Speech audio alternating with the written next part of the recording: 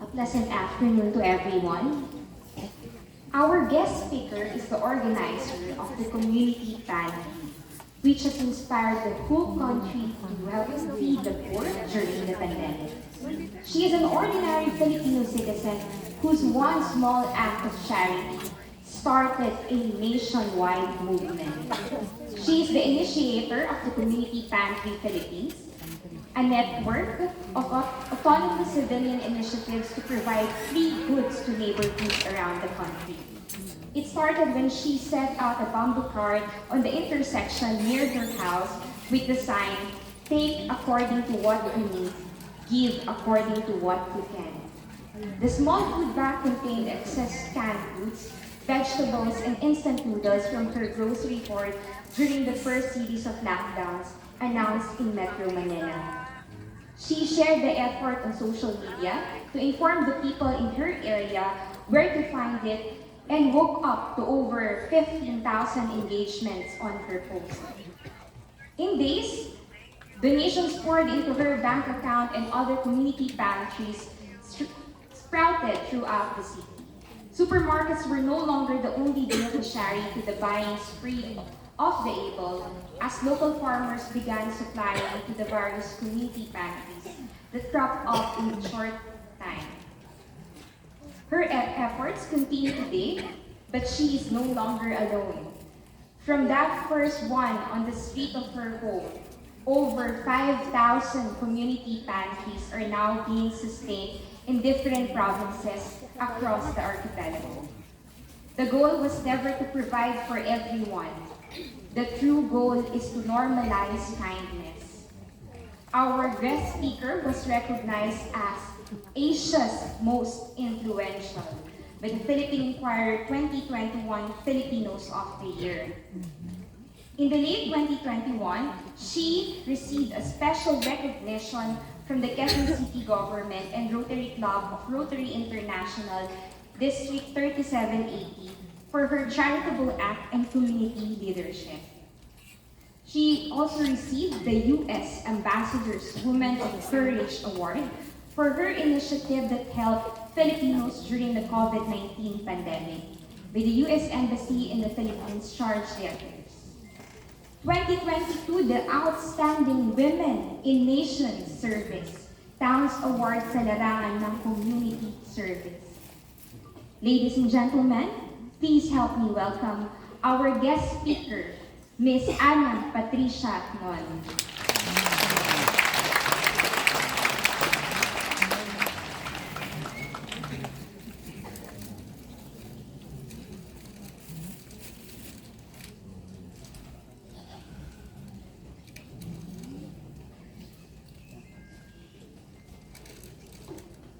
Hello po, good afternoon po sa inyong lahat. Ang haba ng introduction sa akin po, pero makaka-relax po tayo kasi behind those awards or recognition, may chance po ako na ikwento ng community pantry and ikwento ng background ko. And ang ganda-ganda niyo po tignan lahat and very empowering na magkakasama kayo. Ang daming mga awardan today. Actually, sa totoo po, excited din ako na-inspire sa inyo bukod sa ma-inspire kayo sa community pantry. Ayun po, ako po si Patreng, pwede na akong tawagin Patreng. Nung start ng community pantry, yung pangalan ko, sabi nila kasi masama daw ako, Patreng daw. Pero actually, Patreng po, kaya ko siya naging nickname. Dahil 90s kids kami, idol namin yung X-Men. Tapos, dahil bunso ko magkakapatid, ang designated character sa akin, dahil sobrang iyakan ko, ay si Storm. Pero pag Storm sa Pilipinas, anong tawag natin? Yolanda, Barding, mga Filipino names, di ba? So, from Patricia na very western, doon na nag-start yung bagyong Patreng. So, gusto ko siyang nire-reclaim yung pangalan ko kung saan siya galing. So, kami po yung family, galing po kami sa Marikina, product po kami ng public school system. Tapos po, galing kami sa lower middle class family. Ang connotation nila kaya kami nag-start ng family or ako, dahil mayaman po kami. Sa totoo po hindi, maputi lang po ako. At saka may simple skincare routine ako, kaya siguro papasananin. So galing kami public school system, po solo parent. Tapos po, mag-isa niya po kami binuhay. Tapos hanggang sa nag-aaral siya ng college ng panahon na yun. Ang tatay ko naman po, community organizer ng Aita Communities. Tapos yung mga kapatid ko, 4 po kami, magagaling sila lahat, sila top 1 sa SSS Village Elementary School, may mga taga-Marina po dito. Tapos po, ako po, bunso, dahil compare ako sa mga kapatid ko, ang best na kaya kong gawin, maging top 8, maglaro-laro, maging makulit, at saka maging Girl Scout of the Year. Very proud po ako doon. Tapos yun din yung reason ko dati lagi, bakit ako umiiyak, kasi feeling ko ang baba ng ranking ko sa aming magkakapatid. Pero actually, masaya siyang childhood kasi naalala ko, lagi akong naglalaro, ang dami namin magkakapatid, ganyan. Very fruitful, lalo na yung pag-aaral sa public school. Sabi ko, hindi ko pagpapalit yung public school na foundation ko. Hindi pala kayo, naalala ko po kayo sa elementary ko. Ayan po, tapos yung childhood po namin, hindi siya madali. Honestly, very normal sa amin yung napuputulan ng kuryente, napuputulan ng tubig. Tapos after 3 months, di ba, pupunta si Meralco, tatanggalin yung metro, ganyan. Tapos nagtitipid kami sa pagkain, very ration yung food namin. In fact, hindi ko po alam na sa ibang bahay pala, pwede kang mag-repeat ng ulam or pwede kang kumuha ng second serving. Kami kasi kanin lang ibabalikan mo, ganyan, di ba po? Pero po, para sa akin, dahil siguro bunso ako, ang idea ko nun, hindi siya nakakahiya kahit hanggang ngayon na kinikwento ko. Very empowering siya in the sense na ang translation ko, pag walang kuryente, pwede kami mag-candlelit dinner sa garahe. Pag walang tubig, every 3 days ako hindi maliligo, tapos hindi ako papagalitan. At pwede ako maligo sa ulan. Tapos, dahil wala masyadong pagkain, pagka nagluto yung nanay ko ng banana Q or ginataang bilo-bilo, very na-appreciate namin siya magkakapatid. So, yung parang little things. And yung naalala ko ng Girl Scout po ako, kagabi ko lang siya nabalikan actually. Masaya siya kasi may camp kami sa school, may overnight camp kami sa school. Tapos yung nanay ko, kinausap yung teacher ko na hindi kami muna kaya magbayad ng 40 or 50 pesos noon. Kasi 10 pesos ang baon namin talaga noon eh. Tapos sabi ng nanay ko sa teacher ko, okay lang po ba makishare yung anak ko sa baon niya sa dinner din. So yung teacher ko, sinishare lang ako ng dinner that night. Pero, na-enjoy, hindi ko man siya nakitang malungkot kasi nung gabi na yun, nag-stargazing kami, hindi kami natulog, nung lights off na, nag-natayin kami, hanggang nadala ko siya hanggang pagkanda. Tapos, alam niyo po, dito ko natutunan na, di ba sa Girl Scout, sa Boy Scout, laging tinuturo sa atin na maging prepared tayo sa mga bagay. Pero kahit ano palang preparation mo sa mga bagay, hindi ka magiging handa, di ba? Kailangan mo lang minsan i-gather yung mga meron ka, mga natutunan mo, experiences mo, mga nakasama mo, and mag-show off ka lang kung ano yung kakayahan mo. So yun po, para sa akin, ang swerte ko nun kasi nakita ko yung silver lining dahil bunso ako. Pero hindi ko ma-share yung perspective ng kapatid ko kasi mas aware sila sa situation namin. So yun, yung financial insecurity nag-continue hanggang college, kailangan namin mag-aral ng mabuti, hindi para makapag-aral sa best school, kundi yun yung free na school. Tapos nung college, sa totoo, kaya ko sinabi kanina ang daming award. Honestly, nung college, hindi ako yung best student kasi kailangan ko rumakit.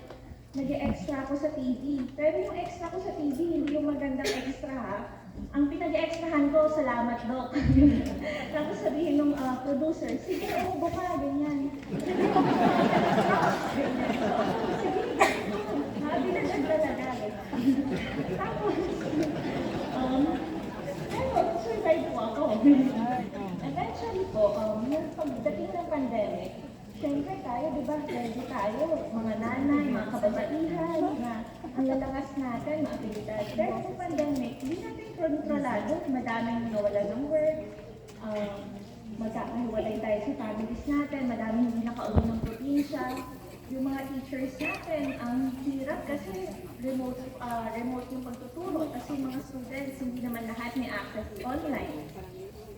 So ako po nung panahon na yun, akala ko okay, tumatanda na ako, nakakaipon ako sa family ko, ganyan, may business din ako. Akala ko okay na. Pero nung nag-pandemic, isa po ako sa nawala ng work, nagamit ko yung ipon ko din. Pero nakita ko na nung pandemic, doon na rin na-shape yung mga bagay na lumabas ko ano yung essential. Nung pandemic, yung nag-set ng situation na, ito pala yung gusto kong gawin talaga. Ito pala yung dream ko, tapos pwede ko siyang simulan. So, nung start ng pandemic, nakapag-community kitchen kami ng mga friends ko sa urban core areas, nakapag-luto kami ng mga mura pero masarap na pagkain na puno ng gulay para sa nursing mothers ng community. Tapos, eventually, pagpasok ng 2021, hopeful pa po kami, di ba, nung start ng pandemic na, sige, gawa tayong project. Pagpasok ng 2021, wala pang vaccine, puro lockdowns, yung magkakahiwalay talaga yung first week natin. Tapos po, nakala kami, ako po mag-isa sa bahay, tapos yung kapatid ko, araw-araw ko tinatawagan. Sabi ng kapatid ko, ang goal lang, magpahinga, magpalakas, tapos magpagaling. So, 1 week, yun lang po yung ginawa ko, 2 weeks. Tapos, after ng lockdown, ng pag-iisip, parang nakikita ko sa news, ang taas ng cases ng COVID, ang taas ng unemployment, ng percentage ng unemployment sa Philippines. Tapos nakikita ko yung ayuda po, 1,000 to 4,000 pesos. Tapos bumalik sa akin yung childhood ko. Sabi ko, nung bata kami, yung nanay ko, nanghihiram sa teacher namin. Tapos ang daming nanay ngayon siguro na gano'n yung sitwasyon. Tapos sabi ko, ayoko nang may iyakin pa ulit kasi walang pagkain. Natatantrums talaga po ako noon eh. Actually hanggang ngayon pag nagugutom ako. Sabi ko, pandemic, hirap ng buhay. Yung ilang nanay kaya yung kailangan mangutang, eh di pa po nakakawala ng dignidad yun. Ang goal dapat may dignidad tayo bilang mga tao. So sabi ko, start ako ng pantry, bahala na. Yung bamboo cart ko, dinesign ko siya kasi po fine arts ako. Tapos sira siya, wobbly siya, hindi okay yung design ko. Sa lahat ng furniture sa design ko, yung cart lang yung hindi okay. Tapos, kung mag-set up ako ng pantry, sabi ko, ito na lang dalhin ko. Tapos, naglakad-lakad po ako sa Quezon City. Alam niyo po, madaming tumanggi sa atin. Madaming location tumanggi sa atin. Pero inaalala ko yung line na magbigay ayon sa kakayahan, kumuha batay sa pangangailangan. And kung hindi pa natin kaya, that's okay. Kasi yun yung mahalaga para sa mental health natin, sa sitwasyon natin, na may makakaintindi na hindi pa natin kaya. So yun po, very simple at mabilis ang pag-set up ng pantry. Finally, may kumayag sa akin. Tapos tumawag ako ng tricycle. Umuwi ako, sabi ko, intayin na lang po ako, kukunin ko na yung gamit kasi naka-ready na. Tapos dinala ko po sa Maginhawa, sinet up ko yung pantry. Pinicturean ko po, wala mang 15 minutes, tapos umuwi na ako. Kasi mainit po nun, at saka po ayokong ma-associate na sa pantry. By the time na nilabas ko na siya sa public na yun, hindi na po sa akin. So yun po, maraming pinagdaanan yung pantries, merong tungkol sa health, tungkol sa dead body, pero ang daming miracles. Katulad po nung sinabi ko kanina, hindi natin mahanda yung sarili natin sa mga masasamang bagay or masasakit na bagay or nakakatakot na bagay at tulad ng tira, saksak daw sila. pero sa totoo po, natutunan siya sa O, pag gumana niya ako, yung saksak balik kanyo. natin sa loob ng paligid. Medyo cheesy sa sabihin, pero hindi natin Pag gumana niya yung speech. Pag guman sa speech speech. natin, pag in-express natin siya sa mundo. Guman sa And speech. yung pandemic, para po sa akin, ang magandang lesson niya, okay pala mag-express ng love, no? Kaya hindi na pala dapat natin kailangan natakot para mag-express, kasi tama yun. Tapos alam niyo po, ngayon kwento ko yung inspiring stories, mabilis na lang ng pantry. For example, yung mga tricycle drivers, sila po yung unang volunteers at nagre-repack ng goods natin sa pantry. Yung street vendors, ganun din po. Magbibigay sila sa pantry ng mga paninda nila, kukuha sila ng kote. yung LGBT communities natin, yung pantry nila merong tungkol sa VAUSI, paano natin siya maiiwasan kasi tumaas yung cases ng VAUSI ng pandemic. Tapos po, indigenous people, dahil nakapag